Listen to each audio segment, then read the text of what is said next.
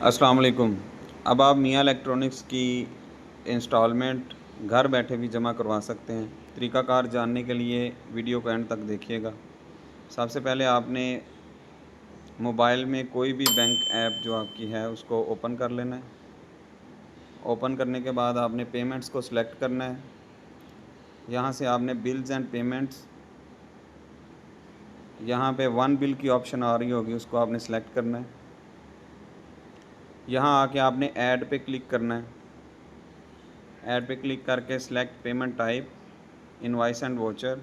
यहाँ पे prefix add कर देने हैं।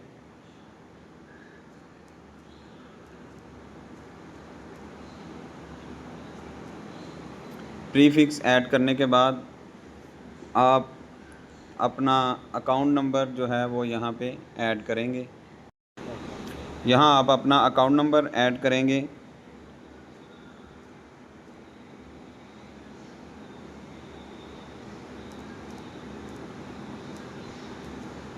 अकाउंट नंबर ऐड करने के बाद आप कंटिन्यू पे क्लिक करें।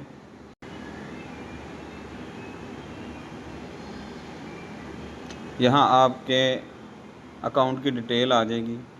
इसको आप सेव करना चाहें सेव भी कर सकते हैं।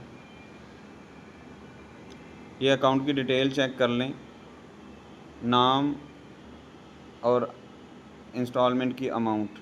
आप चेक करने के बाद पे नाउ पे क्लिक करेंगे तो आपकी इंस्टॉलमेंट पे हो जाएगी।